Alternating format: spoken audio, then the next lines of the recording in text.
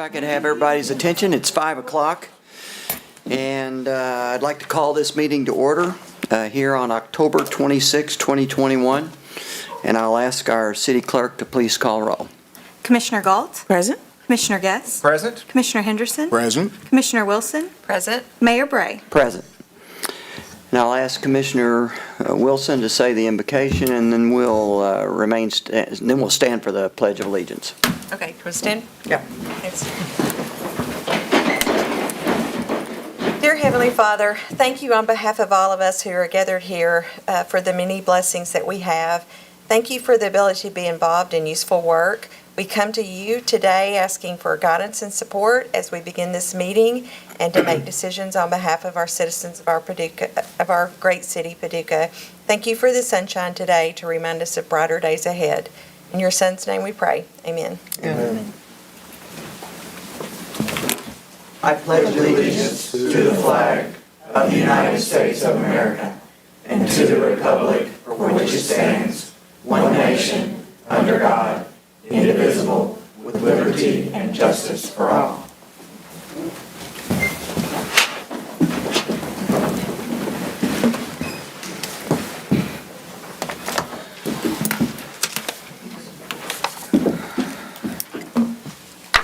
City Manager, are there any additions or deletions to the agenda? Mayor, none tonight. Okay. So first thing on the agenda here at this point is some new employee introductions, and we'll start off with Chief Brian Laird.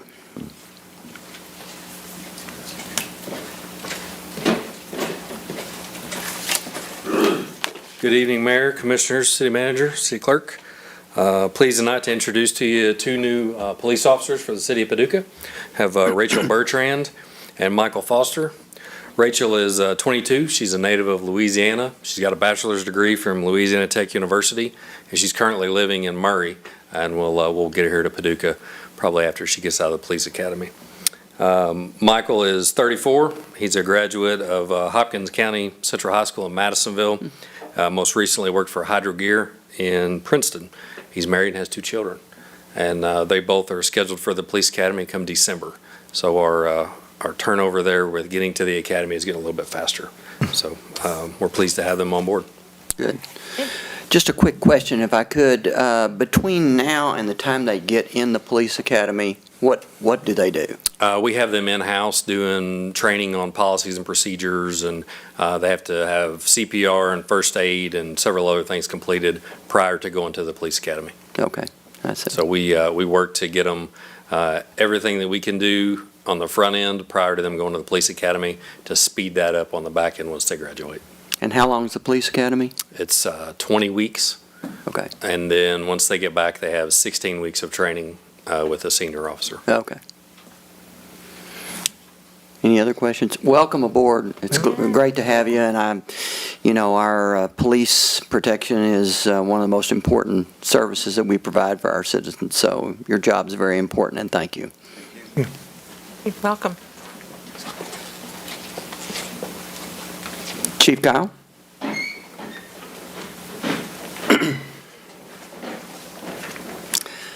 Looks like you've been recruiting. Yes, we have. Good evening, Mayor and Commissioners, City Manager. I have 6 new employees to introduce to you tonight. 5 of them are firefighters that are currently running through our in-house academy as we speak. They've been on board for a few weeks and just looking for the right opportunity to get them in front of you all. So with that, I'll give you a brief introduction of them.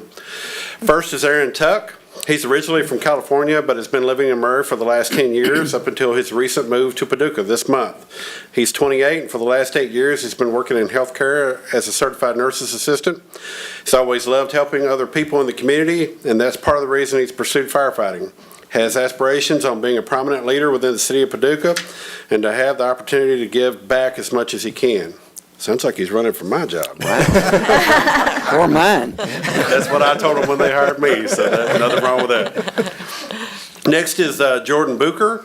He's 27 years old, born in Missouri, moved to Paducah as an infant, went to St. Mary Elementary School and high school till junior and senior year and moved to Lono. Played golf and basketball, and once he graduated, went to work at John Deere as a mechanic until 2017 when he joined the United States Marine Corps. Deployed to multiple countries, was a squad leader for a mortar team, and worked with 81 millimeter cannons and 60 millimeter cannons. He got out of the Marine Corps in January of 2021, still felt the need to help others and missed having the brotherhood from the military, applied for a job with us to find that missing link. He truly believes we all need help sometimes and can't always do everything alone. Very proud of where he's been and where he sees himself going, and thanks you for the opportunity and time to be here.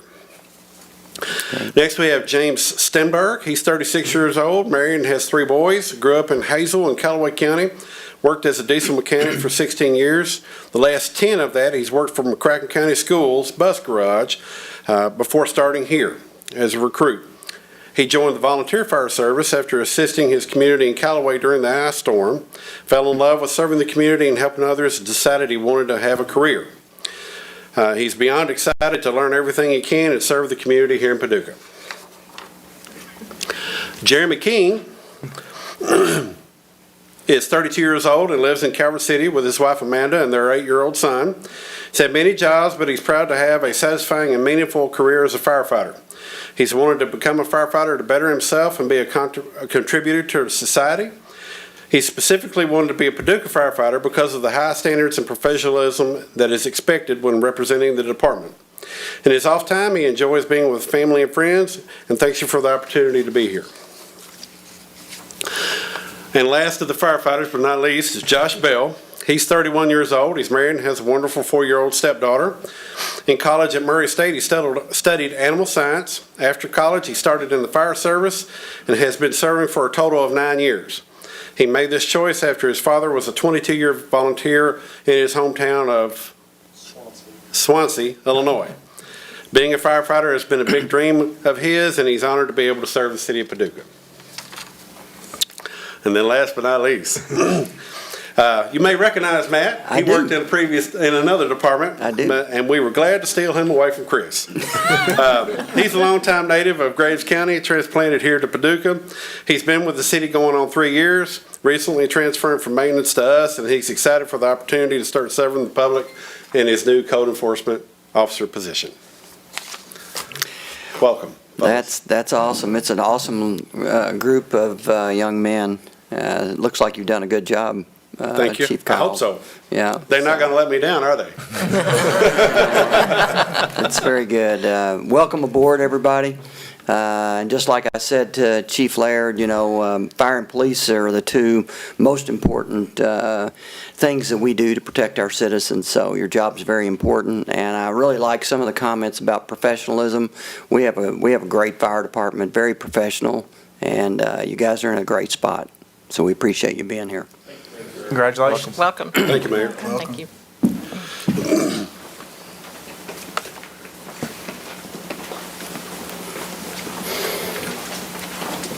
Okay, at this point, I have a proclamation that I want to read, that I've signed and I want to read. And maybe we could all get up here together and I could read it, and that'd give us a photo op. Not that I'm looking for more photo ops.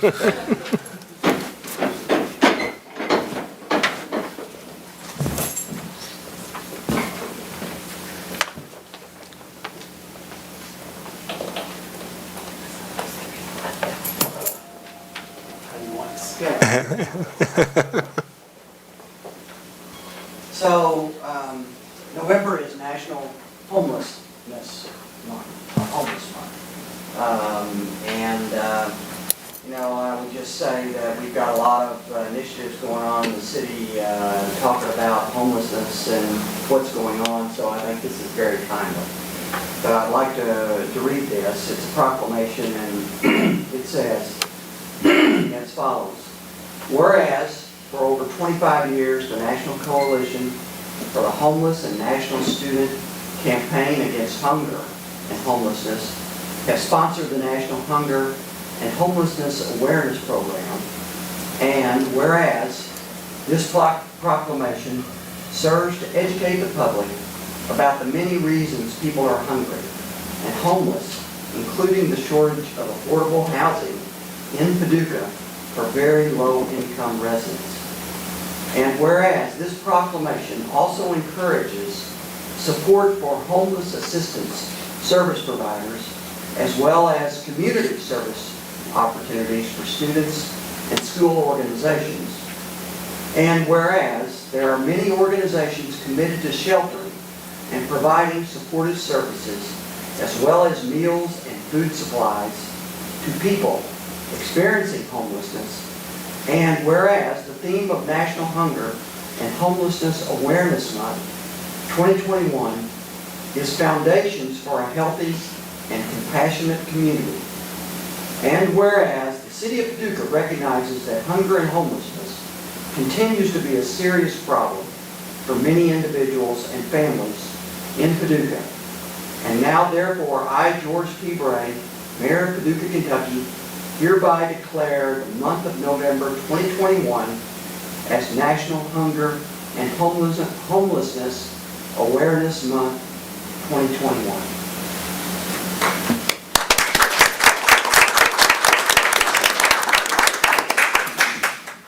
All right. Now here it is.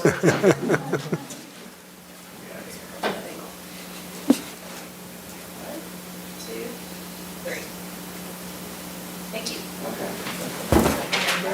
Thank you very much. Yes, thank you. Thanks. Okay. All right. Let's see what that is.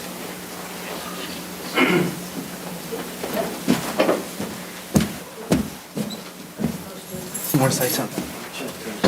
Yeah, please. Sorry, I wasn't trying to rush you out, Mike. No problem, no problem. Mayor Bray, honorable city commissioners, city manager, city clerk, and neighbors. My name is Mike Muscarella, and I live and work in Paducah, and I'm chair of Healthy Paducah, a health coalition focused on collaboration with community partners to improve health within McCracken County. Our coalition is made up of vested partners, a league of extraordinary individuals and organizations who are working to address hunger and housing insecurity.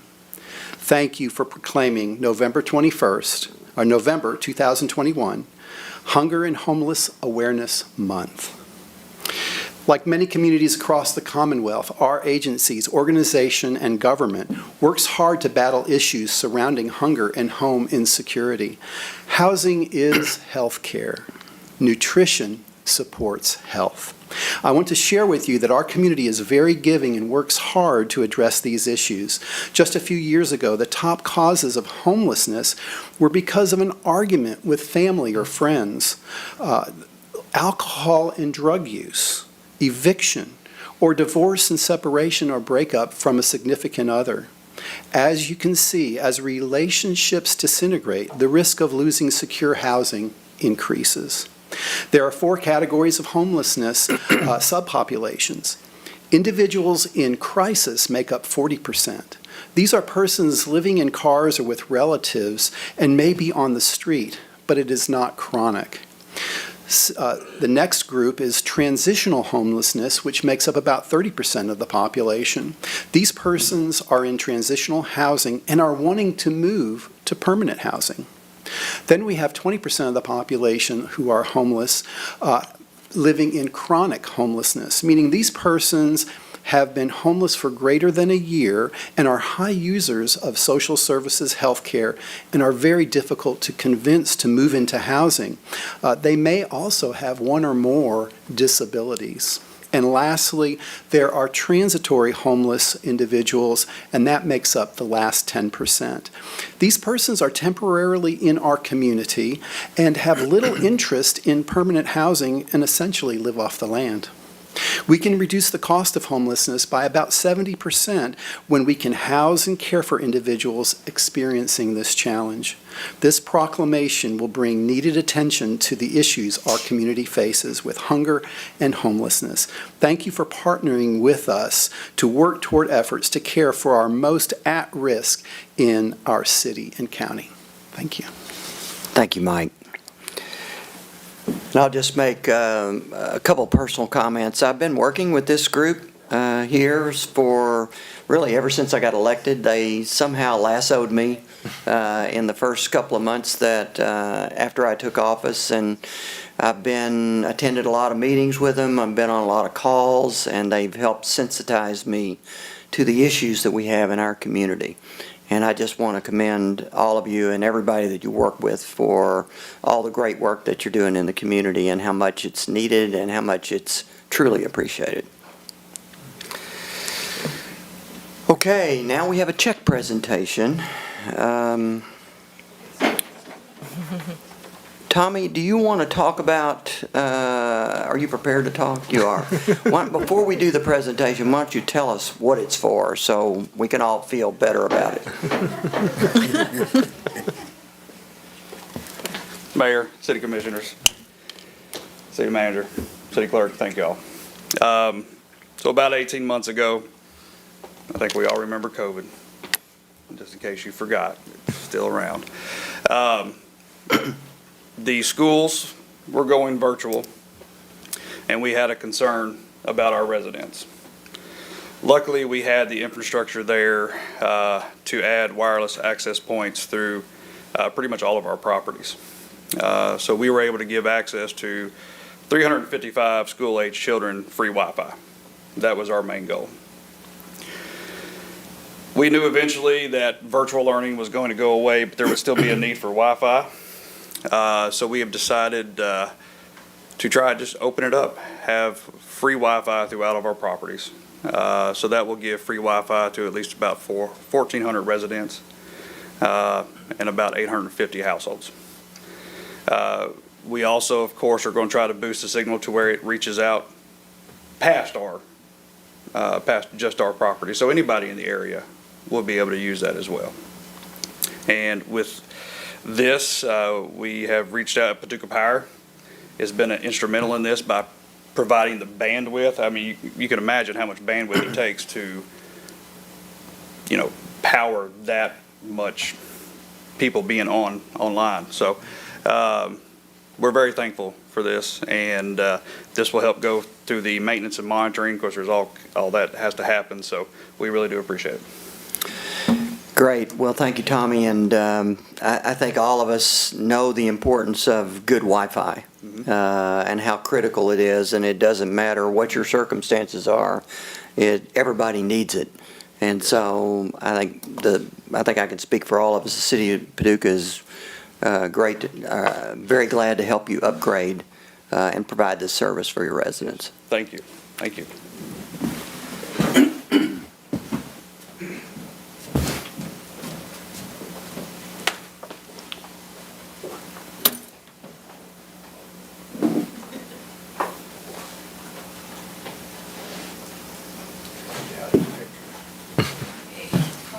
I think we're safe over here. Safe over here. Thank you.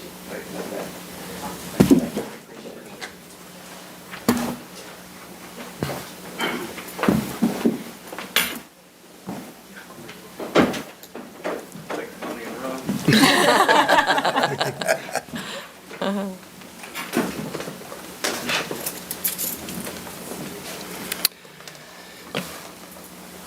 Okay, I just have a few remarks I want to make before we get into the rest of the agenda.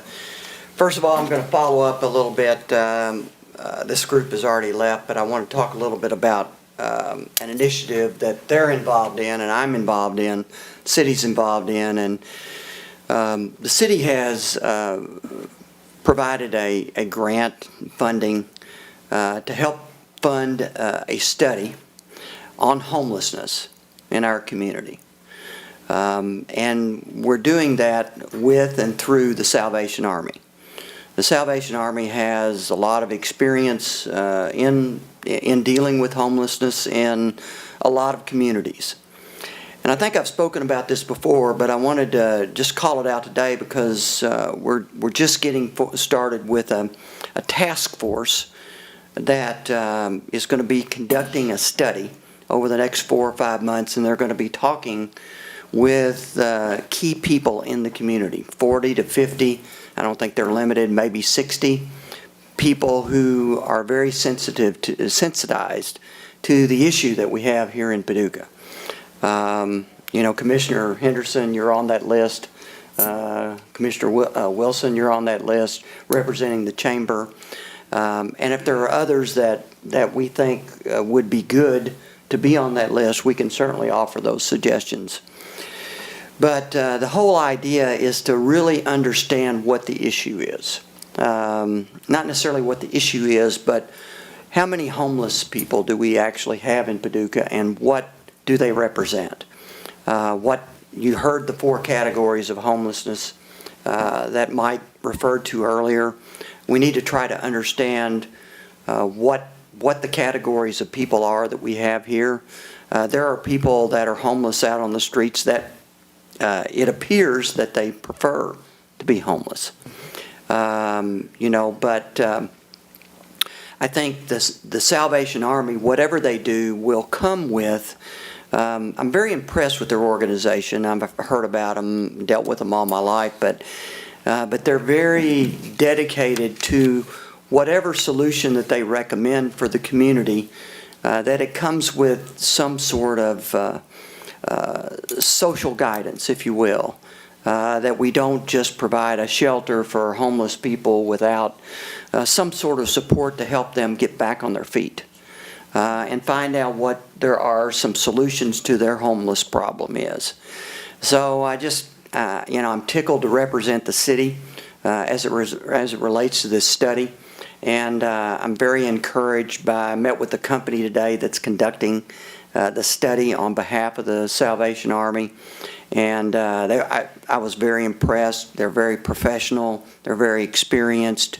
They know what they're doing. They've done it in other communities. And so I'm very hopeful to come up with a long-term solution. Any long-term solution is going to involve money. There's no question about that. Nobody knows how much or what the suggestions are going to be. And there's going to be many bridges that we're going to have to cross in order to get to an end solution. But I just wanted to bring everybody kind of up to date on that. Second topic I wanted to mention tonight was our commission priorities. Michelle is going to give us an update on our commission priorities for 2021 and let us know where we are and really report out to the public on the goals that we set and kind of what we've accomplished so far. But I thought I'd take this opportunity to sort of ask my fellow commissioners to begin thinking about the priorities for next year. Because, of course, many of our priorities for next year will be follow-ups from this year because they're more than a one-year priority. But there's going to be an opportunity to kind of pivot a little bit and think about some other things. It's not going to be as easy because we're not going to have $20 million in the bank that we got to decide how to spend. So we're going to have to budget for things and we're going to have to think about our priorities. But this is what we were elected to do, is to think about priorities in the community, what's most important. And one of the things that I've learned is that the staff, led by our city manager and assistant city manager, they defer to the commission. They need and want guidance from us. They want to hear what the community wants through us. And so we will sort of determine the agenda with their help and guidance and input. And then we'll set out to accomplish those priorities for 2022. So we'll have another strategic plan meeting first of the year, and we'll begin thinking about it. But I've actually started making notes myself on things that I want us to talk about as a group next year, and I hope you guys do that as well, so we can kind of start talking about that as a group and thinking about new things that we want to try to accomplish in 2022. And then the last topic I wanted to bring up tonight was economic development. So I don't know that everybody's heard necessarily, but our economic development effort trying to recruit companies coming into Paducah and McCracken County is handled through GPED, Greater Paducah Economic Development. And I serve on that board. Judge Clymer, my counterpart in the county, also serves on that board. And both he and I have been very active in supporting the board work that Bruce Wilcox and the entire GPED board have been focused on. And there's a lot of activity going on. There's a lot of interest.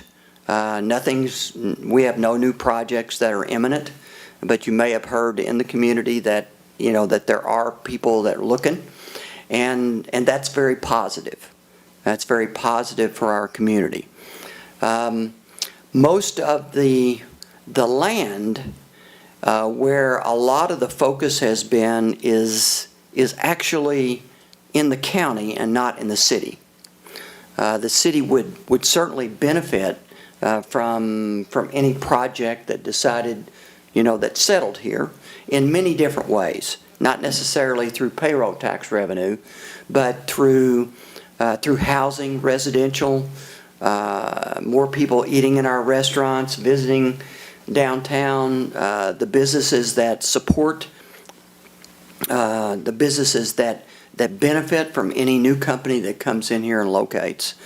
So from the city's perspective, I have considered the city in almost all respects to act like a 50-50 partner, with the county to try to help attract, anything that we can attract, for the county. But I'm pleased that I believe that we're taking hold. We've got a good team at GPED, and we've got a good staff at GPED, and we're all working together as a team to try to convince as many companies as possible to relocate to Paducah to provide better paying jobs, which is something that the community definitely needs. So I just wanted to provide a little bit of an update on that. And with that, we'll move to the consent agenda.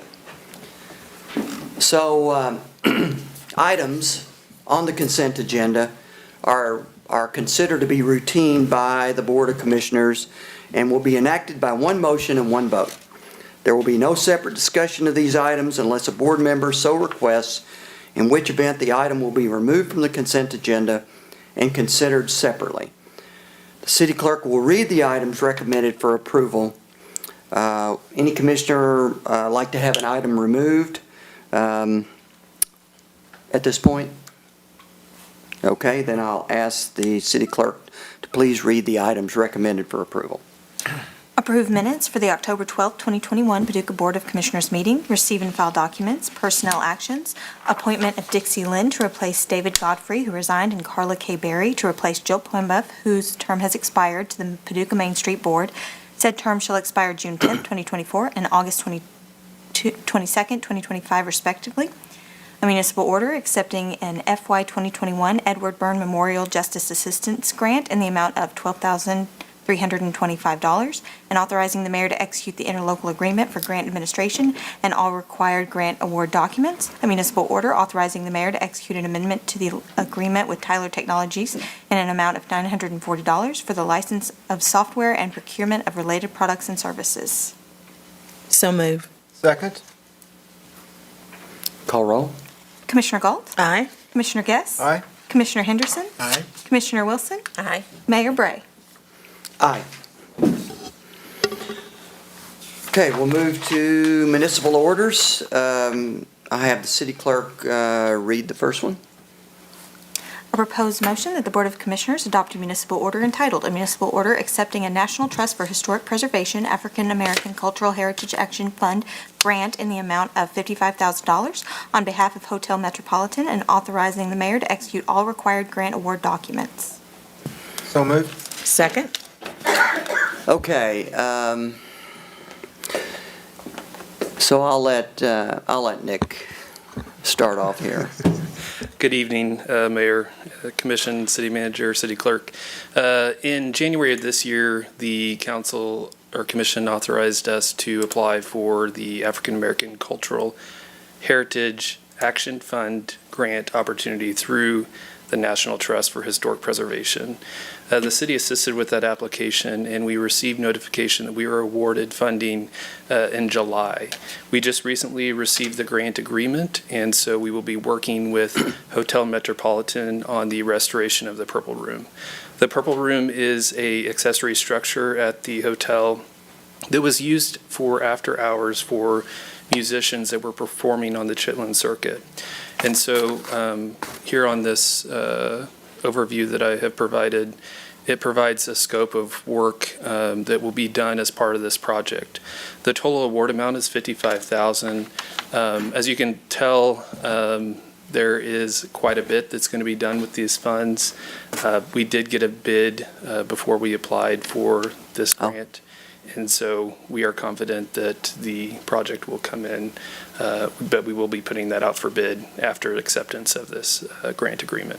Ms. Dobson is here tonight as well from Hotel Metropolitan, and we're excited for this partnership as this is a significant resource for Southside and our African American cultural history. So, Miss Betty, can you come up? So I just want to say a couple of things about this project and about the Hotel Metropolitan. I don't know how many people really in this city or in this community have never been there, have never toured it, but it is a true treasure of our community. And Miss Betty herself, Miss Betty Dobson, is also a true treasure of our community and takes care of the Hotel Metropolitan. And Miss Betty, do you have? Would you like to say anything? Talk about the Hotel Metropolitan? Are you kidding? I thought you knew me. Okay, I will have to give you only 3 minutes. Okay. Thank you. Well, first off, I want to thank each and every one of you for supporting this application. It means a great deal to the Hotel Metropolitan. You look at it and it is rough looking, but that building at one time offered so much to the community. People see it and they'll go, oh my goodness, what are you going to do with that? Well, what we plan to do with that is that it will be another exhibit hall for folks and a waiting room. The hotel with the recent COVID, although it's not over, I don't like to speak of it like it's not here and it comes back again, but during the height of it and when we were able to get people back together, we weren't able to take in as many people as we normally could. The Purple Room will be that perfect addition for us to house our guests, so we could do one tour, people can be outside, and I want you to imagine that when people are going there, they're also going where Cab Calloway was at, and Duke Ellington, and Count Basie, all those famous people, and Ike and Tina Turner at one point or another was out there, just all kinds of people. So this grant will help us to restore that, to put a walkway out there, to give people something more to do when they're in Paducah. So it's going to be just a huge win-win for Paducah. And also I want to say this. I'm so proud of you all for investing in our people. To hear you talk about let's fight homelessness, let's do this and try to get people into housing and things of that nature, that's one of the greatest things you can do for our community, is to make people better. So I appreciate you helping us with that grant. I've got pie for you. I didn't cut it, but I got pie for you. And Claudia said, Her pies are make famous. sure one of these pies get to her. So it's been documented. Everybody that heard it. I'm putting them here. Thank you, Miss. Make sure, Claudia get it. And thank you so much. Thank you, Miss Betty. Thank you. Mayor Bray. Hey, Mayor Bray. Thank you, Miss Betty, and thank you for all the work that you do on behalf of our community. Thank you. Which very much appreciated. Mayor Bray. Did you all see us on American Pickers? No, I'm No? Yeah, we were on No. American Pickers. When you get finished. Okay. Well, I just want to say to Ms. Betty, and some of you in the room know this, I think we'd be remiss if we didn't acknowledge Brent Leggs, the Paducah native who is over this organization and over that grant program. And he's been very involved with our community, spoke at an event in October of 2020, February of 2021, and we met with him, and he specifically asked why you were not in DC with us. So I think you have to plan on that next year. But Brent Leggs has been a really good supporter of this community and gave us some great ideas for things to do moving forward. So this is his program. Yeah. So I appreciate Brenda as well. And thank you, and you all have a good evening. Thank you. Thank Thank you, you. Miss Betty. Okay, I'll ask the city clerk to call roll, please. Commissioner Galt, Aye. Commissioner Guess, Aye. Commissioner Henderson, Aye. Commissioner Wilson, Aye. Mayor Bray. Aye. Okay, the next municipal order is for the design on the Robert Cherry Civic Center, and I'll ask the city clerk to please read it. A proposed motion that the Board of Commissioners adopt a municipal order entitled, "A Municipal Order Authorizing the Mayor to Execute an Agreement with Peck Flannery Green Warren Incorporated, PFGW, and an amount of $66,500 plus reimbursable expenses for architectural design and construction administration services for the Robert Cherry Civic Center renovation project." So moved. Second. Okay, before we vote, Jeff, would you come up for just a moment? So I just want to ask a couple questions, as it relates to timing and design, and so once this is approved, what kind of time frame do you think we're looking at? I want to sit down and kind of look at that with our workload, current workload, and that of Markham and BFW as well, our consultants. But as soon as contract is ratified, we'll get started. Okay. And so this is an important project for our community, and so we want to make sure it's done well, done right, and done quickly. And there's been some questions about, the size of the community room. In relation to the park offices and whatnot. So we're going to be, we'll be talking about that as you design it. I mean, Yes, sir. The kind of our first step will be to go back to the feasibility study, to review that with the city, with parks, and make sure that the findings of that feasibility study are still accurate. Okay. Because that was completed, several months ago. We don't think anything's changed, but at the same time, we know the community has voiced some opinions, and so we want to take that into account. So we'll go back and validate what we've already done, see if we need to make any revisions. Then once we feel good about that moving forward, then we will move forward with the design process. We'll have review meetings with the city, with the owners, end users, at a 50% design process, and then at 100% design before we move into the final construction documents. And then we'll have another review, probably 50% through that, and then at the end of that before we place the project out to bid for contractors. okay. So there'll be ample opportunity to review it, to make revisions if necessary. I've even gone back since the last time I was up here to rethink how we looked at the capacity, how we looked at the occupant load, which are two different numbers. The occupant load is defined by the building code, and the capacity is defined by just how you use the space. And so we just want to make sure that it's a usable space for the community still, while in this new role as parks, offices, and an event space. So. Great. That answers my questions. Mayor, I will say that in anticipation of this, we've already been having those type of discussions. Jeff and Amy and I have sat down and met in the interim before bringing this tonight to begin looking at that. So we are moving forward as aggressively and as judicially as possible. Okay. Thank you. Appreciate you being here. Well, thank you. We look forward to completing this project. making it a showpiece once again. Okay. All right, I'd ask the city clerk to please call roll. Commissioner Galt? Aye. Commissioner Guess? Aye. Commissioner Henderson? Aye. Commissioner Wilson? Aye. Mayor Bray? Aye.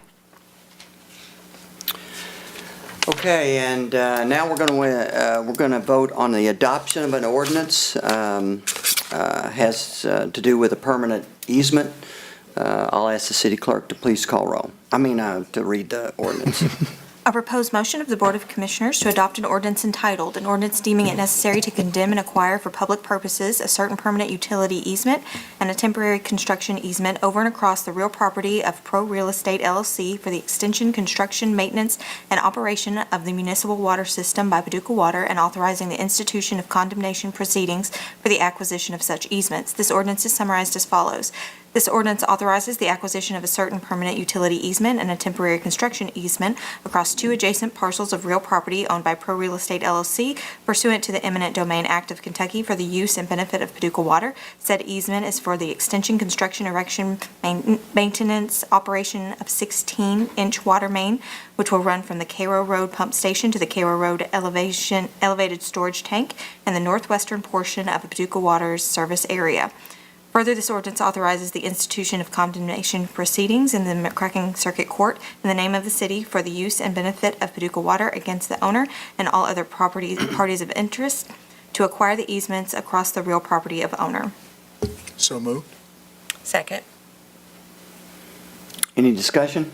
I know we talked about it 2 weeks ago. Okay, I'd ask the city clerk to please call roll. Commissioner Galt? Aye. Commissioner Guess? Aye. Commissioner Henderson? Aye. Commissioner Wilson? Aye. Mayor Bray? Aye. Okay, now we'll move to introduction of new ordinances. Thank you, sir, for being here. And I'll ask the city clerk to read the first one, which is a contract modification. A proposed motion that the Board of Commissioners introduce an ordinance entitled, an ordinance authorizing and directing the mayor to execute a contract modification number 2 with Pace Contracting LLC to increase the contract by $405,536.35 for Pump Station Number 2 Rehabilitation Project. This ordinance is summarized as follows. The mayor is hereby authorized to execute contract modification number 2 with Pace Contracting LLC for an increase in the amount of $405,536.35 and a new total contract cost of $5,027,269.64 for unforeseen work that is needed, including the MH23 actuator and stem replacement, overhead crane repair, electrical investigation and repair, and geotechnical soil issues. This expenditure shall be charged to Pump Station Number 2, project account FW0014. So move. Second. Mayor, Commission, we're here again on Pump Station 2, but you'll recall our last meeting, we had to increase our loan with the state for this. And what we're doing here is preparing for the expenditures. We had about $340,000 worth of contingency. Before I could bring this to you, we had to get our loan increased, and we'll be about $34,000 into that $750,000 increase on that and the contingency.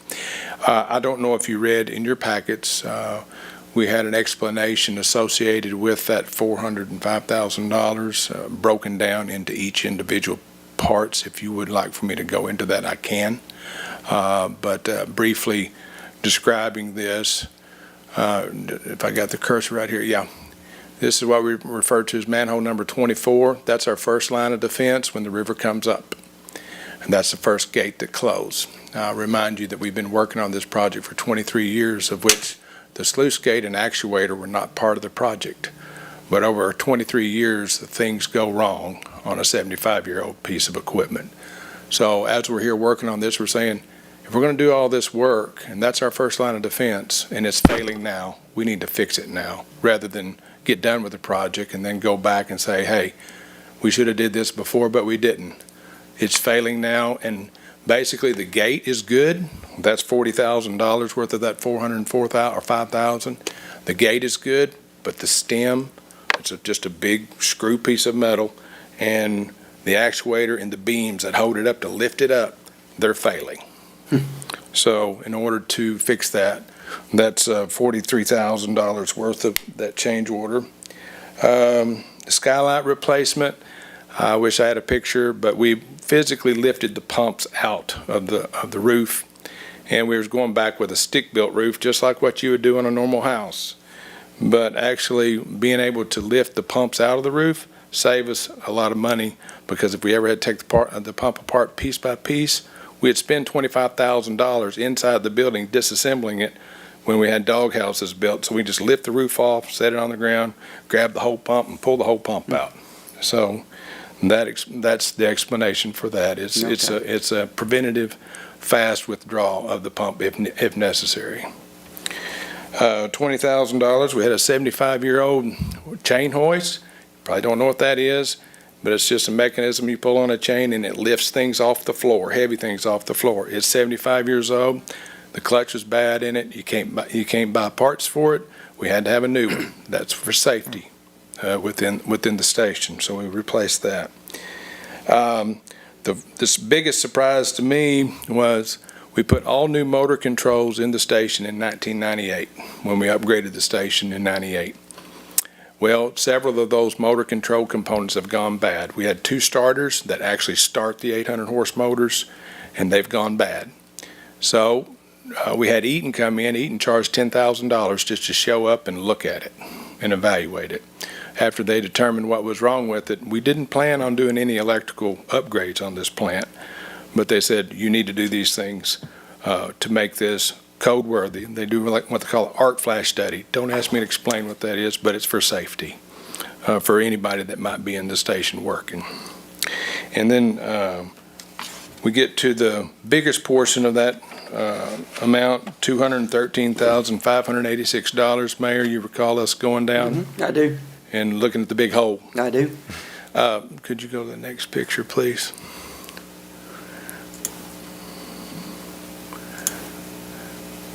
So everybody can get some idea of the order of magnitude. Oops, I didn't do that, did I?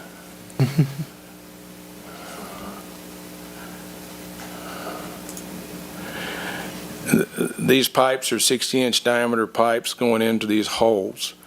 When we removed these pipes, this material down here was not solid enough to support a man standing. And in order to fix that, you had 2 choices. Dig 25 foot deep next to this, get down to the foundation material and put that back in, or build something here that's going to be like a concrete mat.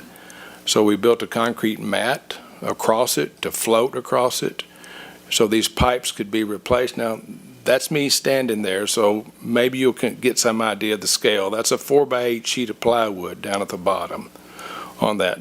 So before we could put these pipes back in, we had to stabilize all this material. But in order to do that, we had to throw all this dirt back in here until we could get a plan together that we could do this for a reasonable cost. So the reasonable cost is what I'm showing here now. Go to the next picture.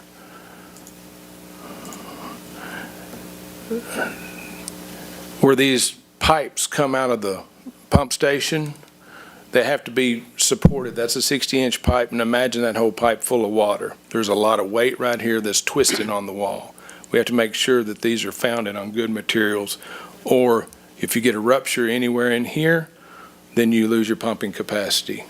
So we had to do all that, and you can see where they're joining together in alignment going to the old pipe. Yeah. And this is why the trail was out as long as it was at that location, to put all this in the ground for that. So that was the biggest cost of this change order, of which we couldn't anticipate until we got down there and we said, oh gosh, now what do we do? That's why I grabbed you, Mayor, and also the city manager, Jim Martin, said, I don't have a choice. I got to do this now.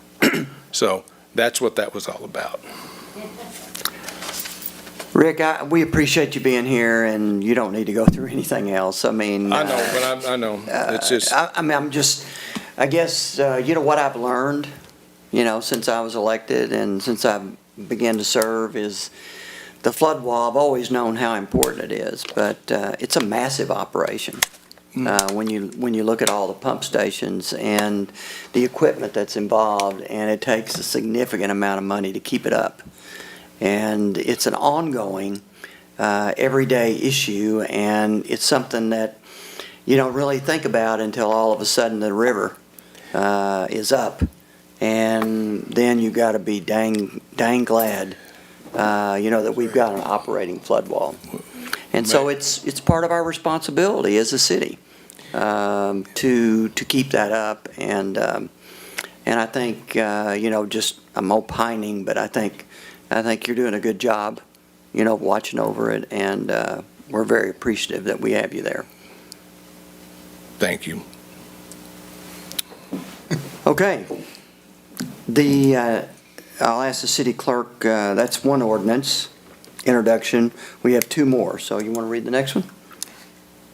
A proposed motion that the Board of Commissioners introduce an ordinance entitled, an ordinance providing for the closing of Vermont Street extending southeast of 321 and 322 Vermont Street between 1401 Elmdale Road and 500 Ridgewood Street, and authorizing the mayor to execute all documents relating to same. This ordinance is summarized as follows. The City of Paducah does hereby authorize the closing of Vermont Street extending southeast of 321 and 322 Vermont Street between 1401 Elmdale Road and 500 Ridgewood Street, and authorizes, empowers, and directs the mayor to execute a quitclaim deed from the City of Paducah to the property owner in or abutting the public way to be closed. So moved. Second. Quick explanation. Yeah. If you're familiar with Elmdale Road at I-24, where the Yeah. bridge crosses over, big vacant piece of property that's sat there for a long time. There's an overhead power transmission line that goes through here. This has been bought by a local church, of which they have plans to develop the entire property. The alley we're talking about is this alley that used to, extends from the dead end of Vermont to Elmdale Road. With the applicant owning both sides and us having no desire to extend the road there, I don't see any reason for them us not to close the alley and make them have use of the property. Okay. Okay, city clerk, read the next one. A proposed motion that the Board of Commissioners introduce an ordinance entitled, an ordinance providing for the closing of an alley extending southeast of Executive Boulevard between 501 North 3rd Street and 514 and 520 North Loop Road, and authorizing the mayor to execute all documents relating to same. This ordinance is summarized as follows. The City of Paducah does hereby authorize the closing of an alley extending southeast of Executive Boulevard between 501 North 3rd Street and 514 and 520 North Loop Road, and authorizes, empowers, and directs the mayor to execute a quitclaim deed from the City of Paducah to the property owner in and abutting the public way to be closed. So moved. Second.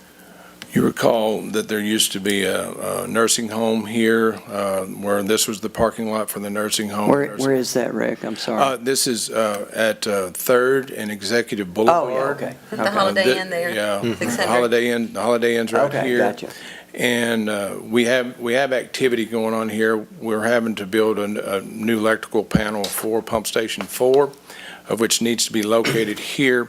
And an easement around the lot needs to be created. But while we're here looking at this, I'm like, this alley goes through here. We, the City of Paducah, own the entire property. And the highest and best use of the property is without an alley, because if the alley's there and somebody wants to build something on it later, then you have to get this out of the way. So what the purpose of this is, we'll close the alley, and then this will just be an open block, and then later on I'll be coming with easements to come down the boundaries, because JSA has plans to extend a force main down the loop to go back to the station. So this is us working cooperatively together on that. But this is just opens this property up for better development rather than being chopped up with an alley in it. Is this the land that we gave somebody an option on? Yes, this land currently. And does that option include both those parcels? Yes, it includes both parcels, and I think the option was up in 21. But then I think he's been given an extension. We extended it. It was renewed. Yes. Two years? I'm not sure how long. Yeah, I It was don't. 2 or 3. I don't have those It details. was an Yeah. extension. But let's just say, for example, somebody wanted to put a hotel here, and they wanted to place it on this or do whatever they wanted to. This would have to be eradicated before they can do Right. that. Right. So we're just taking a proactive step, cleaning it up, and getting the utility easements Yep. around it later. Certainly the right thing to do. Yeah. Yep. So, okay. Thank you, Rick. Thank you very much. Thanks for being here. Okay, we have 2 discussion items for tonight, and first of all, Assistant City Manager Michelle Smolin will come up and tell us how bad or how good we're all doing on achieving our commission priorities. Thank you, Mayor. Board of Commissioners, City Manager, and City Clerk. I'm here to give an update, as the Mayor talked about, on the City Commission priorities. And I did want to, I really appreciate the way you explained it during your remarks, because the staff really does see this as the board sets the vision, and then we use our abilities to make that vision happen. So the priorities are really a tool that gives the staff and community really clear explanation of what that vision is and where we're headed. So this is a fantastic tool that we really value at the staff level. Okay. So I'd like to start off by mentioning that everything we'll be talking about tonight is available on our website. It's paducahky.gov/commission priorities. It follows through the entire process with the retreat that happened in early February, as well as what was adopted in each quarterly report. And then our communications manager, Pam Spencer, does a fantastic job of creating web pages for each of those items with links out to information like the MOUs and videos of the Southside Town Hall meeting. So there's a wealth of information available on each of those web pages. Okay. So we'll get into the October 2021 update, and I did want to mention that while I'm up here providing the update, there is work at all levels of the organization going on to make this happen, so I want to make sure they get credit, as well as the leadership from the directors and the Board of Commissioners and city managers. So really kudos to our team, because I think you'll be happy with what you're seeing.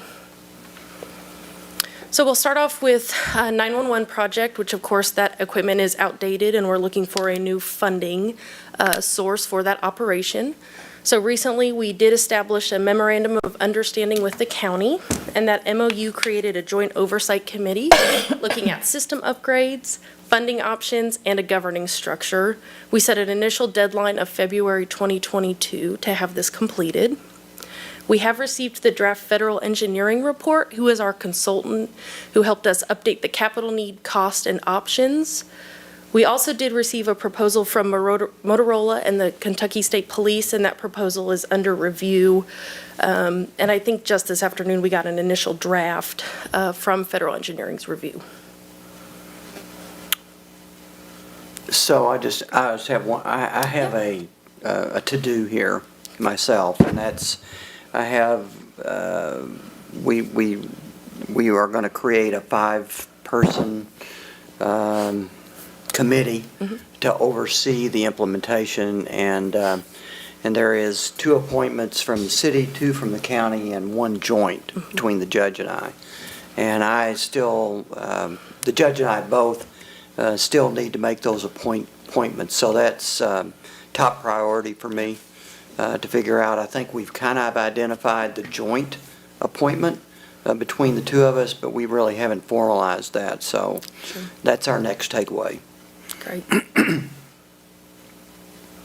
Okay. And for the general Yes, public looking, please.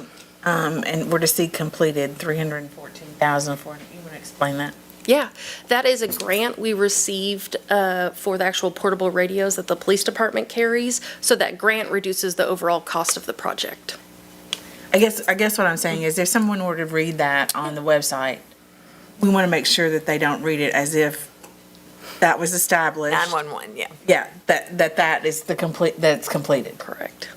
Yeah, That's that is what I one was trying to individual clarify. task Right, that exactly. was completed. Exactly. Yes, thank you. And so I did switch up the presentation to show, trying to highlight what's new and what has been completed or ongoing. Right. Yep. Maybe you could just add that word in front of completed task, Yeah. a task completed or something, just to clarify the whole project hasn't been completed. Oh, yeah, that's a good idea. Just Yeah, that I just didn't one want someone part. reading it on the website Good idea. Yeah. Yeah, it's a good call out. Yeah. to see it and assume that. Yeah, great point. Great point. Okay. Looking at the outdoor sports facilities, this was another memorandum of understanding that was actually established with the city, the fiscal court, and the Sports Tourism Commission. In the MOU, there's language that the city and county commit to be equal partners, for the design, development, construction, operation, and maintenance for the facility. And it also outlines that each government will provide $12.5 million towards the construction. Then there's also some detail about how those remaining construction costs will be funded, because that does not fund the full project. Right.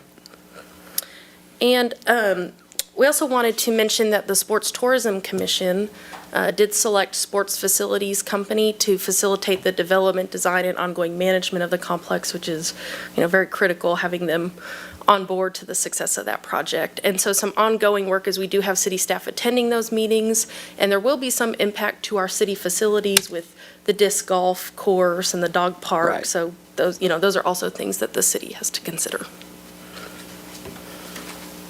Yeah, we're on a journey here, a long journey with this. Not sure how long, whether it's 2 years or 18 months or 36 months, but, we all got excited about it. That's what everybody wanted, and we all committed, and now we got to make it happen. And, that means we've got to do a good job of completing the project, picking our partners, letting bids, and I would say that the Sports Commission that was appointed by the county is doing a good job. They're very involved, and they've got the bit in their teeth, and they're going forward, and I'm very impressed with the work they've done so far. So. I have a couple of initiatives on here. The first is housing. We have transferred 3 surplus properties for new housing. There's a lot of ongoing work because this is a long-term goal. So as you know, we have the Jeton Schoolhouse redevelopment project, Midtown Alliance. It was constructing those 3. I think they might be done and potentially moving families in. So this is a little dated. And then of course, Mayor, you mentioned the work on homelessness and transitional housing with Salvation Army. So these are, long-term goals with ongoing work. With annexation, we have had 1 annexation this calendar year. Our goal is 6. The planning department, with our planning director, Nick Hutchinson, has really been spending time developing an annexation strategy. Right. And looking for incentives for annexation that will be brought before the board for consideration. So it's been a lot of strategy work. Yeah, so Nick and I, actually, we've been out in the car together and looking at properties and trying to get an idea, so I could just have a visual of some of the things that they may come to us with recommendations. I don't know if you've driven around with any of the other commissioners at this point, but I think all of you, it'd be a good idea to get in the car with Nick and drive around and just, so kind of keep your finger on the pulse of what he's thinking about, because he's going to look to us for some guidance, for the go-forward plan.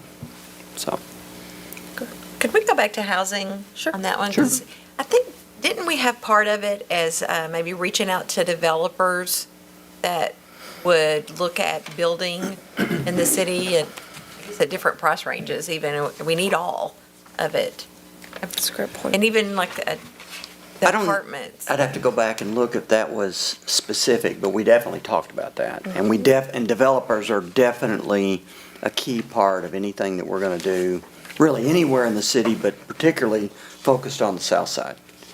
And so that's going to take longer.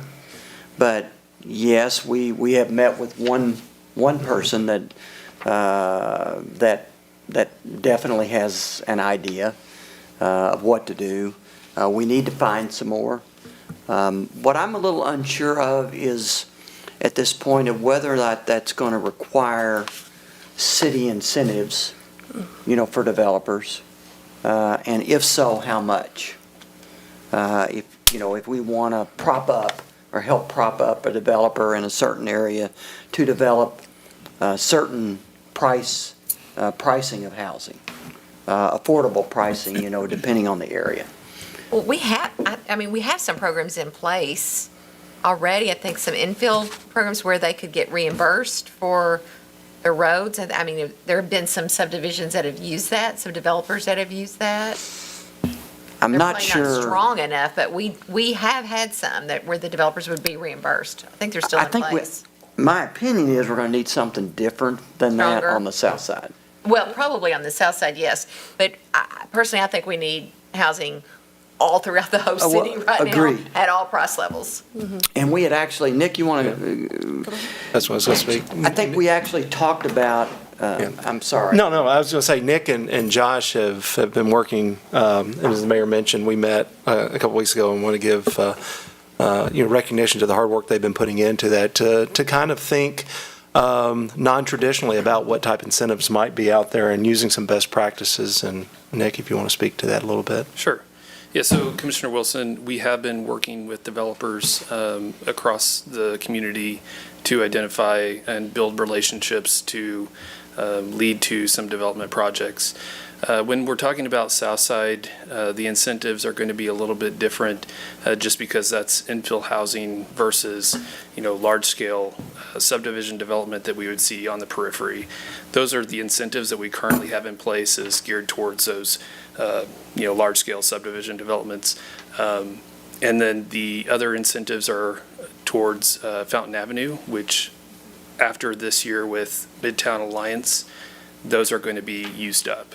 So we're going to have to identify some additional programming for Southside specifically. And, in order for Midtown Alliance, or as they're referred to now, Paducah Alliance of Neighbors, we're going to have to identify some programming in order for their model to be effective in Southside. I think Commissioner Wilson is making the point, if I'm reading you right, about just developers in general across the city and, and whether or not there's an opportunity to make sure that we're reaching out to those developers and we're listening and we're talking to them. We talked about, when we were last together, we talked about having a luncheon with realtors, or I can't remember exactly, that we were going to put together, but I think the idea of trying to get developers together and talking, I think it's a good one, and where we could talk about the goals of the city and listen to what they have to say about where they might want to develop things and how we might be able to help them. So I think there's more work to be done, but I think you're right. That we do need to reach out to the developers. So that's something we could talk about offline. So, thanks, Nick. Sorry to surprise you. Yeah, that's great feedback, and we'll regroup and talk about some next steps there in that area. Okay. Ready. Looking at downtown, we have a goal of net 10 new businesses. We're at 9 right now. We've had 11 new businesses open downtown and 2 have closed. The city block final concept plans are complete, and the board did commit $3 million to public facilities this year. That's that, the middle public park piece of the city block development. The downtown business survey is complete and at the staff level for review. And then, of course, we have some ongoing work with the Entertainment Destination Center implementation, and we started the first Friday downtown happy hours, and the TIF district was approved by the state in March. So a lot of activity in downtown. Okay. Okay, looking at Fire Station 4 and the Parks Building. When this presentation was created, the board had authorized the city manager to enter into negotiations with PFGW to renovate the Robert Cherry Civic Center, which of course you just approved that contract. In Fire Station 4, we are reviewing potential property acquisitions for that replacement.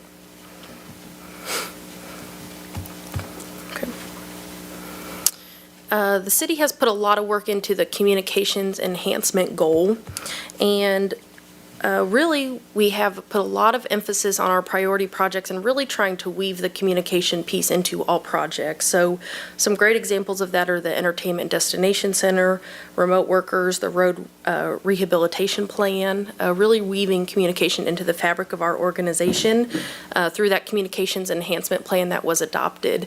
And one specific thing I wanted to highlight, I don't know if you have seen it out driving around, but we did wrap one of our solid waste vehicles to highlight curbside recycling. And I did go ahead and put a picture up. So this is our knuckle boom truck.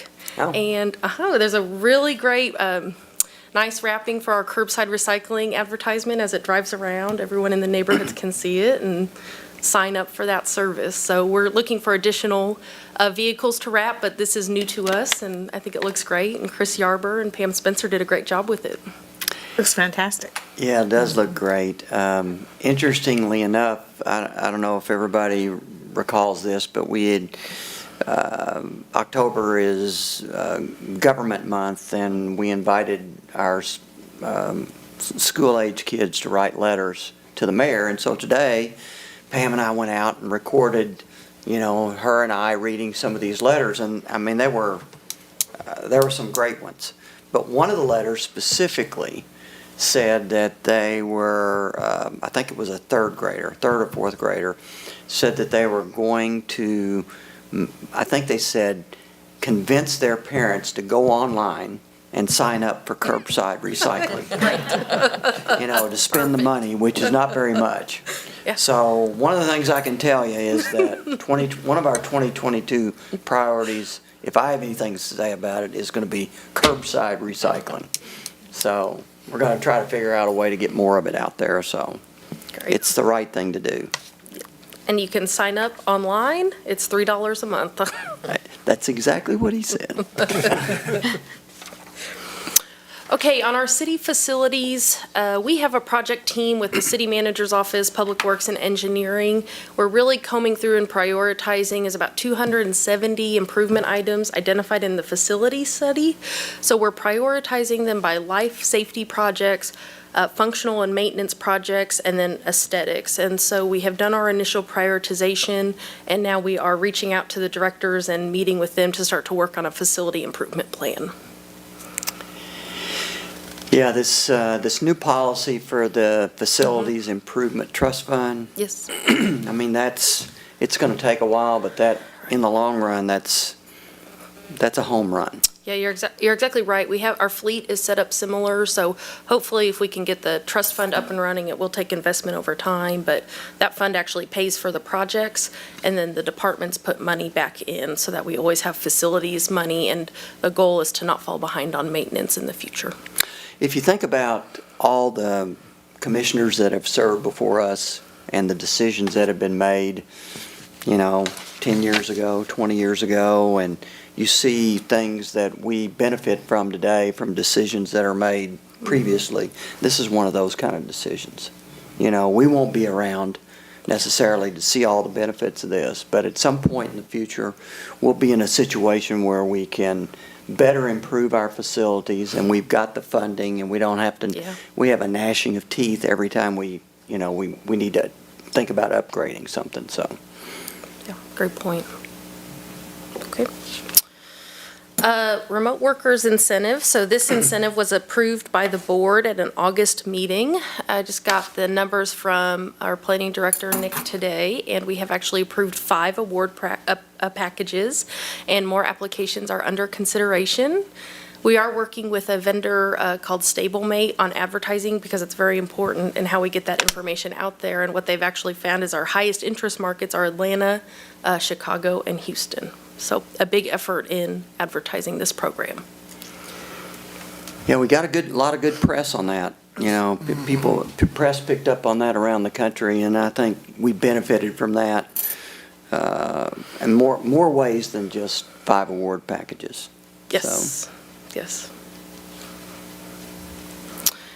Okay, so looking at stormwater, the board did designate $4 million from the ARPA funds. And we have two ongoing projects right now. One is the Buckner Lane Bridge project, where we're making improvements to the road design to help with drainage. And at South 25th and 24th Street, adding a detention area. It's about a 4-acre area for stormwater detention. So that ARPA money allowed for those, expansion of those projects to add a stormwater element to them. Looking at the minority do you want to say anything, Mayor? Okay. Looking at the minority inclusion, we have a few updates there. We were looking to hold inclusion training for city employees this fall. The most effective way to do that, we felt, was to have cross-departmental team trainings. We were really looking at holding it, unfortunately, during a spike in COVID, and we did not think it was responsible to bring, a bunch of public safety team members and solid waste team members together, in case of an exposure. So we're looking at holding that in the spring. We've also been analyzing the city's employees' demographics to get an idea of the baseline and where we are as far as, race, gender, that kind of thing. And of course, the mayor, I think he's actually one of the co-founding members, but he's been participating in the Minority Entrepreneur and Small Business Roundtable. And then we have ongoing work with the Paducah Diversity Advisory Board and implementing inclusive hiring tactics with the city. That's a long-term journey here. Yes. Long-term journey. And finally, we'll talk about Southside enhancements. This is actually the first priority update we've had since the Rise and Shine neighborhood event ended. And so there's some pretty impressive numbers up there with the 104 volunteers providing, almost 800 hours of service. We have 815 city staff hours. There was 130 tons of garbage collected, 60 dumpsters were emptied, and then we collected over 1,000 tires, which is just incredible. So that was a significant staff effort. I know we recognized outside agencies as well, but can't talk about that enough. Also, internally, we had 4 visioning sessions, and there were 11 themes we heard from the Southside Town Halls. We've narrowed that down into 5 areas of development, and staff is in process of putting in place a process to identify the Southside Community Steering Committee members, because that is part of this initiative.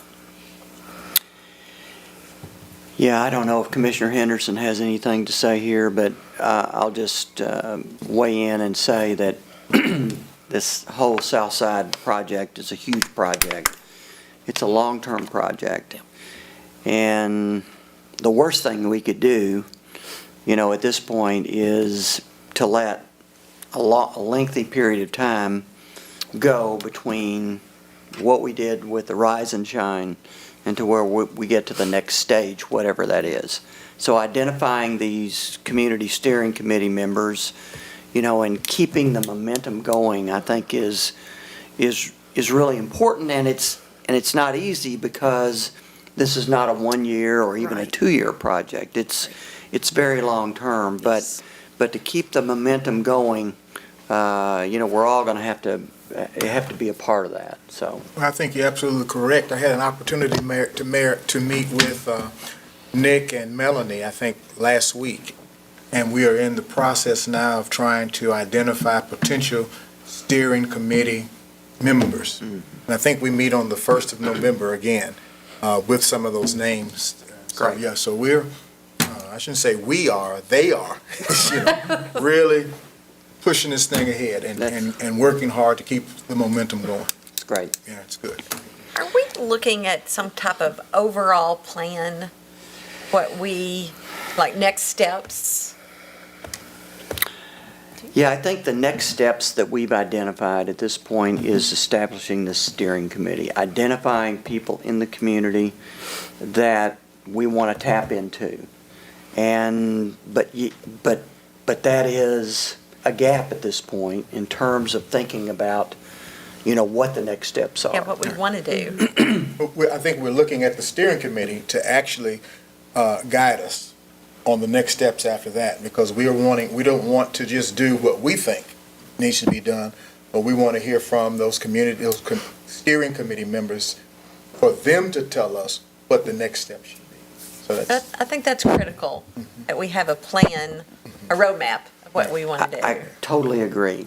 And I guess one of the questions that I might ask, just in general, is that something we can do without some help? I mean, is that something that we ourselves can determine what that roadmap is, or would we be smart to? I think we need some more engagement and I know the word consultant is not necessarily accepted friendly, but they really can add a lot to a project to help guide you. I guess what I'm sitting here thinking is we're, I think you're exactly right, waiting for the steering committee to tell us what to do, what they want to see happen. But, and this is not the best analogy in the world, but, I know when a physician wants to be a doctor, I mean, he knows he wants to be a doctor, but he may not know how to get there. He may not know the steps to becoming that, and it takes a lot of education to get that done. I guess what I'm looking at Nick and wondering is, as you do the steering committee, he knows what it's taken to get revitalization done in certain neighborhoods. Would it be prudent maybe for us to kind of look to Nick and think, here's one way to do it, here's A, B, and C models, to kind of give the steering committee some options of ways to revitalize that? Because if I didn't have any knowledge whatsoever, if I hadn't had any Main Street training hypothetically, and somebody came to me and said, we want to revitalize this neighborhood, we want to put you on a steering committee, what do you think? I wouldn't have the slightest clue where to start. And when you look at the south side geographically, it's a huge area. And if you just start throwing mud against the wall to see what's going to stick, I don't know that we would be very successful. But I know that there are best practices, as you mentioned, that we should look at and then offer some of those suggestions to that steering committee in a plan A, B, and C way, maybe, so that we speed it up and then we know that it works in some areas. I mean, does that sound reasonable? Well, I think, before Nick speaks, but I think one of the things that we talked about in identifying steering committee people is that they have some experience in some areas of revitalization. One of the gentlemen that I'm looking at recommending has that kind of experience. He wrote me a long thing the other day on some things that we can do, some best practices for cities. So, obviously we're going to follow Nick's direction, and I think we want to have some things in place. But again, I don't want us to kind of slip into saying this is what we ought to do. Right. Well, when we had our meetings, and I'm going to just say this, there were things like business development. How can we recruit businesses there? How can we build up the neighborhoods? How can we do this? So there were so many things that I feel like we need to decide to prioritize, what would be the best steps that we can do. And the steering committee, I think, would do that, right? I would think help prioritize. And if they were given those. As priorities, yes. Yes. But I think Nick probably knows. I was going to say, Nick, let's let Nick more insight. Go, Nick. So for Southside, we are taking a two-prong approach. Part of it is going to be the economic development side, so talking about business development and creation. The other part is the housing, neighborhood development, quality of life, and those 5 key elements. And so we're developing a long-term plan that will lay out what that process looks like. So we're going to be working on developing that steering committee to help us guide us through that process.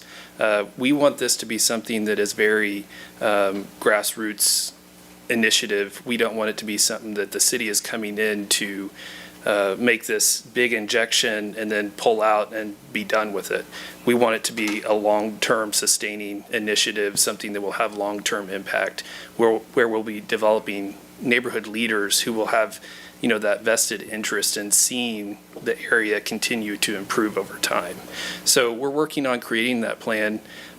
We have one planner and myself working on it, so it's going to take a little bit longer if we were to than if we were to hire out a consultant to do it. But I think that we're on the right track and we're making substantial progress. I think, Nick, I don't want to speak for everybody, but I think we would defer to you, as you go through this process and you think you need some help or, or you think you need some support somehow to help visualize and make sure that we put a plan in that makes sense, then, I would encourage you to come to the commission and suggest that. I mean, you've done Okay. it other places. I feel good about it. Yeah, the other place I did was not 2,000 acres, and And just stop. I was feeling so good there for a minute. yes, I do have experience in dealing with neighborhood redevelopment, and I'm confident that we will make an impact and a difference for our residents of Southside. Nick's a young guy. He can't have all the experience in the world. He's got to build his experience somewhere, so. True. Yeah. It's going to be great. We've thrown you into the fire on this one, I think, so. No, But we're behind you, so just let us know how we can help. Great. Okay. I did have one other item to highlight on South Side. Of course, Engineer Rick Murphy has some great capital improvement projects going on over there. So from Bridge Street, from Broad Street to Irvin Cobb Drive, there has been concrete work completed and paving completed and restriping to begin shortly, I think even this week. So I was talking with one of our staff members. I have not driven on it, but she said it was quite nice to drive on this weekend. So, Oh, I haven't been out there yet. Okay. it's great work going on. Okay. Okay. So finally, we just put up here as part of what the board adopted was, 6 projects to be considered for the bond proceeds with the most updated amount. So that's just the project. We don't have a tally sheet or anything, what's been spent on what. We're working on that to show not only how the allocation would be from the priorities on the bond proceeds, but also our opera funding. Because of that $6.4 million, and then $4 million of that was already allocated to stormwater. And so we're working on getting that out to the commission. Right. When we, at the Correct. beginning of the year, when we put stormwater out there, we didn't know we were going to Right. be getting the $6.4 million ARPA funds. Yeah. Yeah, So exactly. that's good. Okay. That's great. Okay. Thanks so much, Thank Michelle. you. Great job, really appreciate it. And just to echo what Michelle and Darren both said, as it relates to the priorities, we do understand. The commission understands very well all the hard work that the staff does, to try to fulfill our expectations, which really are the community's expectations. And we appreciate all the time and effort and hard work that goes into it. And so with that, we're going to invite John Perkins up to talk about the city's fiscal year 2021. That is from July 1st, 2020, ending June 30th, 2021. And I would remind everybody that was, if there ever was one, that was the COVID year. Because we were in the middle of our pandemic the entire year, and we made a lot of, we budgeted with certain expectations about COVID and tax revenues and certain things, and so we're here to ask John to enlighten us on how we did. Well, we did better than we thought. Okay, Is you that can enough? sit down. What do I aim this at? Just hit the screen. There we go. Okay. Well, good evening, Mayor, Commissioners, City Manager, City Clerk. Tonight, this presentation is going to focus primarily on the general fund for the fiscal year, as the Mayor just said, the year that ended June 30th of 2021. And I have to remind you, I'll get myself in trouble if I don't say this, that these results are not audited. I don't expect them to change that much, but I have to tell you that. First, I'd like to focus, if we could, on revenues. And with that, we'll just jump into the first picture. As opposed to giving you any kind of tables and numbers, we did mostly pictures. And in these pictures, I'll tell the best story, actually. And so what we're going to do here first is I'm going to focus on the revenues. And you can see in the lower left-hand corner, I know some of this is difficult to see, so just bear with me. I tried to make some of the letters in the box as big so we can read them. I have difficulty seeing them myself, so I can understand. Anyway, what I try to do is break these revenues down into certain categories. Like, for instance, you'll see license and permits, just shy of 27 million. And we'll talk about that a little bit more in a second here. Property taxes, a little over 8 million. And then the CARES Act, which is money that the feds gave us to the tune of about $2.35 million. That's money that we probably won't get again. And then, as opposed to talking about all the details and the minutia of all the revenues, I'm going to try to focus on just a few, the big ones here, and I call these the major revenue group. And the major revenue group of that number that you saw, let's see, what was the original number? It's 42 million. Almost 35 million is from the major revenue group. And that is broken down as you can see up there. The biggest one, of course, is employee payroll tax, 16.6 million, which makes up, of this group, 48% of the major revenues, followed by insurance premium taxes, just shy of 6 million, business license of 4.5 million, real estate property taxes at 5.3. The reason I say real estate, we have, you heard me say a while ago, around 8 million in property taxes. Well, there's all kinds of property taxes, most of which, the biggest category is real estate, followed by personal property and things like that, franchise taxes. And then you can also see up there, again, this is a one-time only, the CARES grant at $2.35 million. Now, if you remove the one-time COVID grant funding, this major revenue group drops to about 32 million, which is more normal. Again, we won't get the CARES again. I hope we don't. And how does that 32 million compare to like a year ago or pre-COVID? I'm glad you asked that because looky there. I swear we haven't talked about this. We have not talked about this. He just anticipates what I would ask. I tried my best. So how do we compare to last year? And last year is fiscal 20. And here's the picture. Now, I have to apologize. I sent this up to Lindsay, and I thought I'd looked this thing over a bazillion times, and I did. You see anything missing? There's no labels that tell you who they are. So the money shows at the top. The labels are on it. You just can't see them. It's gray on gray. So unfortunately, I don't know what happened, but I'm going to just have to tell you what they are. Okay, the biggest change came with the COVID grant of $2.35 million. That's the one that's second from the right. That's the biggest change. Again, these are just changes. The next one is followed by the insurance premium tax, year over year of just over $1 million. That's the right in the middle. You see it's 4 from left or 4 from the right. And what drove that for the most part, you may remember, is we raised the rate from 6 to 7. Now that's not just the rate, but COVID had an effect.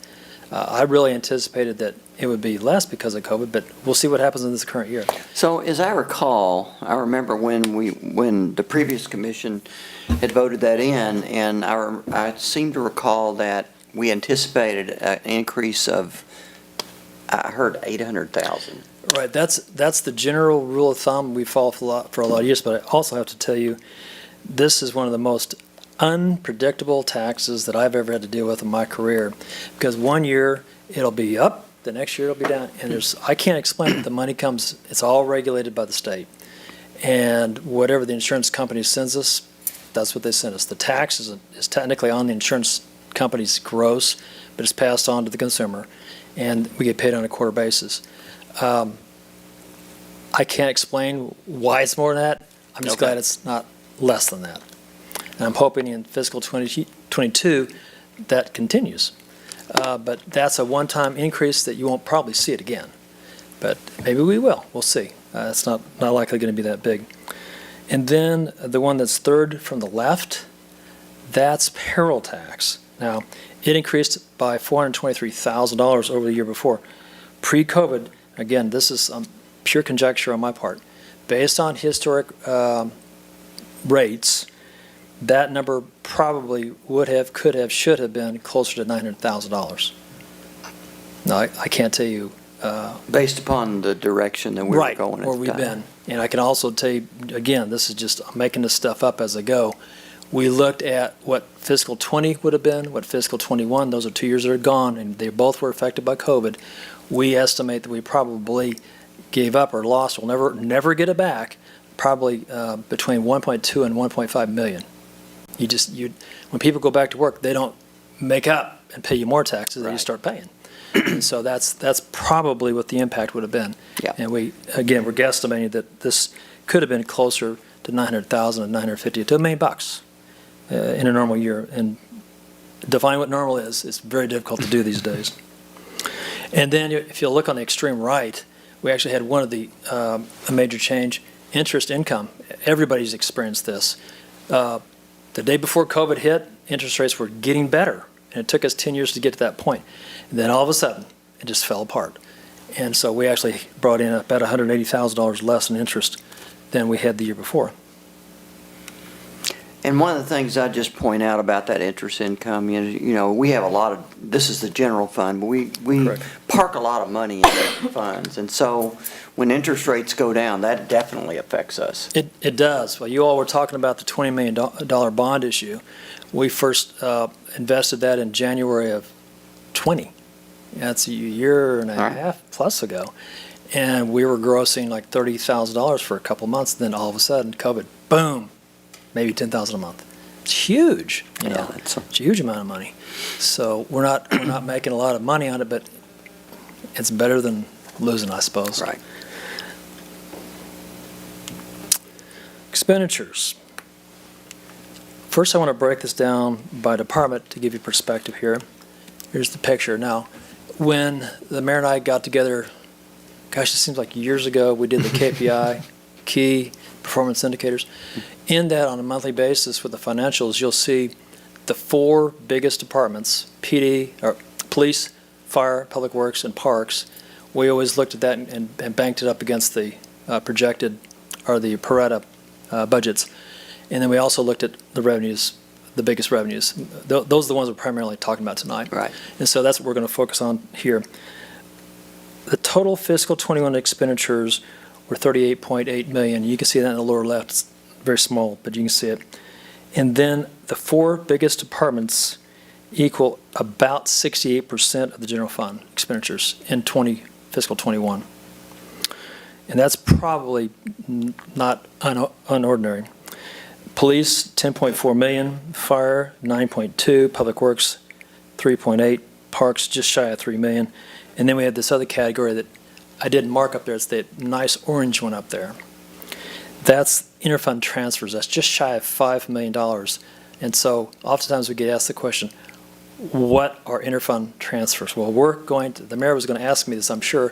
So I'm going to tell you what it is in a second. How did we compare department-wise? I knew you were going to ask me this one, so here we go.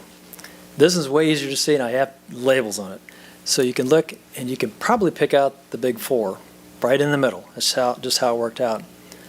And then on the far right, you'll see Interfund Transfers. I think of the 4, no, I don't think, I know, of the 4 big ones, you can probably guess which the 2 tallest ones are. Be fire and police. It's just natural. It's the way it is. And then it's followed by public works and parks. Fire and police both went up a little bit. Public works and parks both went down a little bit. And then if you move to the far right, you can see Interfund Transfers went up just a little bit.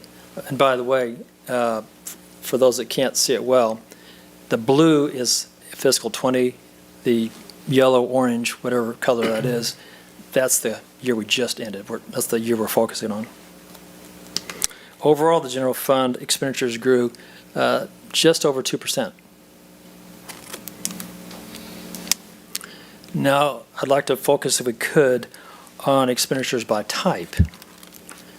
Now, this slide shows expenditures by the type of expenditure that it is. So that would include, and you can see in boxes there, personal services, for instance, $25.3 million. Now, that is wages and benefits. Now, you may hear some departments say that their personal services is between 70 and 95%. This is the entire fund. It's true that some departments' ratio for personnel is bigger and some are smaller. It just depends. The next category you'll see up there is contractuals, $2.1 million, just shy of 1%. That's insurance, legal, animal control, things like that. Next category, it's in gray, commodities, $4.7 million. That's utilities, fuel, and repairs. And then the last category up in purple, again, Interfund Transfers, just shy of $5 million. Makes up almost 13% of what was spent last year. Now, what are the Interfund Transfers? They make up $4.9 million in the budget year we just left. And here's the makeup. You may remember this if you've been on the commission for very long. A couple of you will know this. PFPF, that's Police and Fire Pension Fund. That's a local pension fund that we still have to fund on a local basis. That only is police and fire retirees. I think it's 86 and prior. Everybody after that had to go to the state.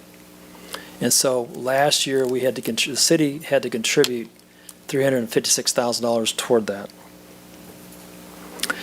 The big category you see at the bottom, the big blue piece there, that means capital improvement projects. I'll tell you a little bit more about that in just a second here. No, I'll tell you now. Most of that, because you were just talking about it tonight. You know, we're talking about $4 million from ARPA for stormwater. Well, you'll remember in the last 8 months, you all committed $2.9 million to the flood wall / stormwater related activities. Most of that is what that is. And what is an interfund transfer? That's where the general fund transfers money to another fund or another project, because we have to put, like that debt service, for instance, there's a debt service fund, CIP, there's a CIP fund, and PFPF, there's a pension fund. So we transfer the money into those funds and then make the payments out of those. Let me try to say it this way. Maybe you tell me if I'm right. Okay. So the general fund, year in, year out, let's say that revenues are more than expenses. So not always, but some years. But when that happens, there's always going to be a need, for that money to be transferred to other things. So we're taking essentially money out of one fund where there's extra money in there to pay for projects, capital projects, debt service, pension funds, or anything else that comes up. Yep, that's exactly right. That's exactly right. And even in the years that revenues don't exceed expenditures, we still have to do a lot of those. And so we end up with the deficit spending in that year. It's not that we still have money in the bank, we have savings account like you would at home. There may be years, a great example would be, at home, if you want to do some improvements on your house, you only may make so much in a year, but you go to the bank and borrow it, or you have it in a savings account, so you actually spend more than you have. That's not necessarily a bad thing, it's maybe a good thing because you had saved to get to that point. And in a lot of cases, that's what we've done here. We had a good year. Fortunately, we got, I hate that we had COVID, but because of COVID, we got some federal funding. And with that, a lot of this money was available to us to use for other things. Now, that debt service went up there. We didn't talk about it much, and I don't have a lot of notes except to tell you that that's probably going to get a lot bigger in the next year or so. Because you'll recall the commission did increase the insurance premium tax in part to take care of the debt service on the $20 million bond issue. But the debt service for the $20 million bond is in there. It is. But it's not fully in there. Well, let me back up. The way the bond repayment schedule is structured, it's like if you bought a house and in the first year you only paid interest. You didn't pay the principal, you only paid the interest. Or you capitalized some of that payment. So it's coming. It's just coming. Okay. And so the debt service, I didn't come prepared to talk about this, but we'll quantify it a little bit. The debt service is $1.5 million. And so it's going to come over time. The insurance premium tax, that's why I don't want anybody to get really excited about the insurance premium tax going up, because that was passed to take care of part of that. Right, I'm with you. And then the rest of that debt service will be taken care of by other debt issues falling off. So that debt service is going to double? Oh, yeah. Yeah, it will. Okay. And for 20 years.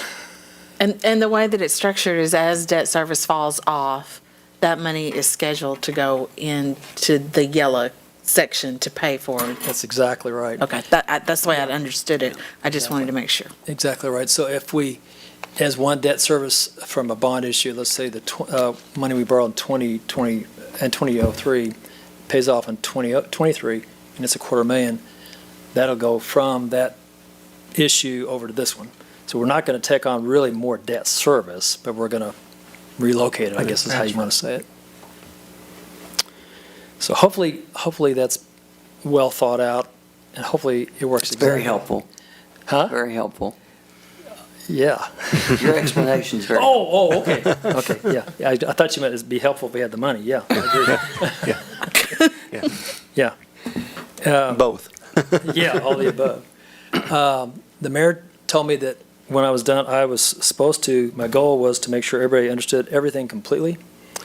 I hope I've done that, but if you have any questions, I'm here to attempt to address them to y'all if asked. I think you did a really good job. Well, thank you very much. You know, It's late. one of the things I've learned, and I've been around budgets, big budgets, most of my career really, and man, this is complex. The city budget is very complex, and all the different funds that we take care of, and so I really appreciate the snapshot, the KPIs you put together for the commission.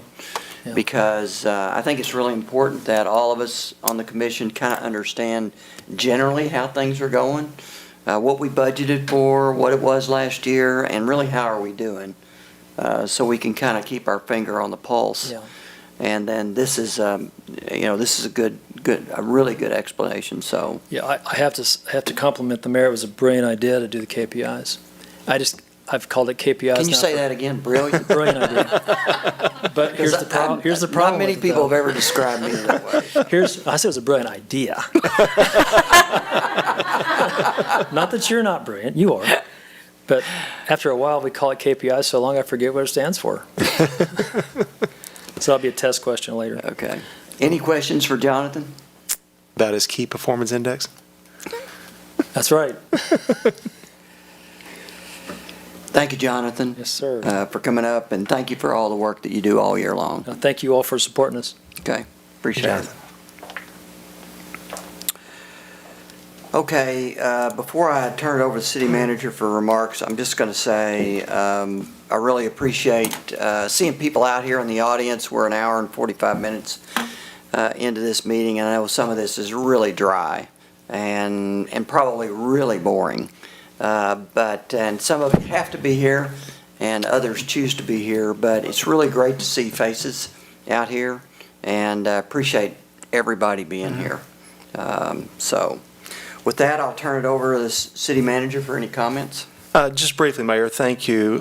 Mayor, you've talked about journey and the longevity of some of these projects, and I think you've seen Commission tonight, the investment that our team has and their commitment to working through your priorities. And so, as the mayor talked about earlier, of beginning to think about that, if you've got any questions of us as you begin to think about that before we get into the official work of setting those, please forward those to us and any ideas and suggestions. And it's definitely a marathon and not a sprint. Right.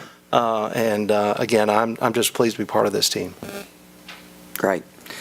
Thank you, Darren. Any comments from my fellow commissioners?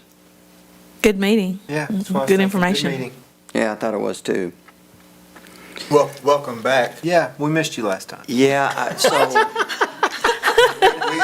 want to thank Mayor Pro Tem Wilson 20 minutes. for Right. 19. 20 minutes to an hour and a half. So, you figure. I told him when we got out early last time, plan ahead for the next time. So.